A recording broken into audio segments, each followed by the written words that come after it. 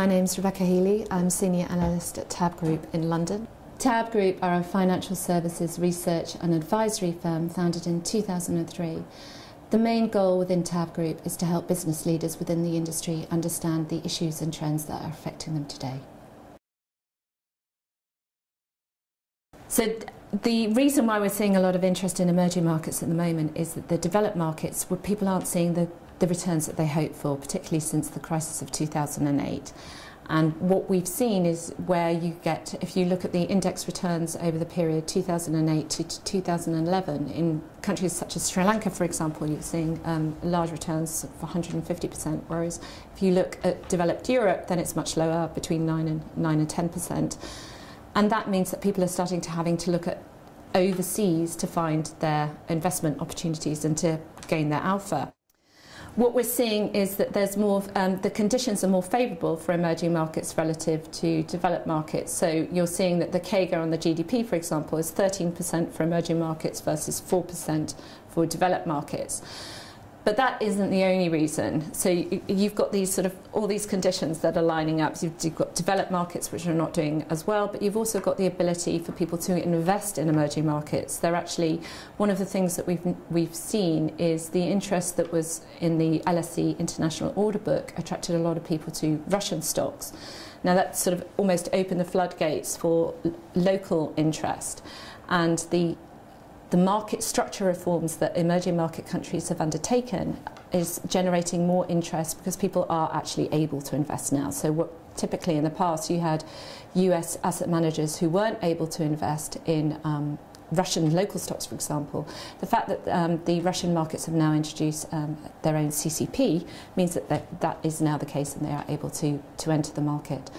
And we've also seen a strong interest from hedge funds. Again, the hedge fund community, that they've invested locally, I think it was nearly 70% invest in the US market itself. As the returns haven't been there, they're starting to look overseas. The fiduciary changes mean that they're now able to look at emerging markets. And as a result, we're seeing sort of global interest from both US and European hedge funds at around 30% of that they believe that they're going to start investing more of their assets under management overseas. Impressive figure. But none of this would be possible without the actual technological reforms as well. And what we've started to see is some of the markets becoming hubs for other markets.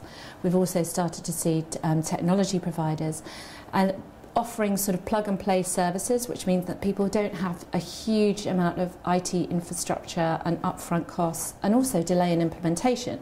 So they're able to switch in and out of markets as they see fit. Where they see the alpha opportunities, then they can actually execute their trades. And it's the ability to be able to enter and exit the market easily and quickly and efficiently, which is generating yet more interest.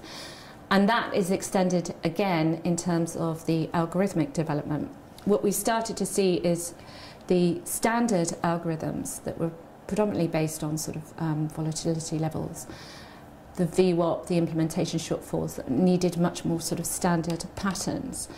The new range of algorithms that are based more on liquidity seeking seem to work better in emerging market environments, and that has also garnered interest. Typically, some of the concerns previously regarding the information leakage, situations like that, people are able to overcome by accessing these markets electronically. And at TAB, we completed some research at the end of last year, which said that 75% of sort of long-only buy-side asset managers were now actively trading within emerging markets. And of those who were actively trading, 60% were using algorithms. Not for all markets, but for some markets, they were actually seeing the advantages completely outweighed picking up the phone and doing a sort of standard trade. Interest in emerging markets is almost becoming a self-fulfilling prophecy now, because what you have is, as the markets are easier to trade, then more people trade there, then there's more liquidity, so it becomes easier to trade, and it becomes a self-fulfilling prophecy in that sense. We expect further interest in these markets going forward.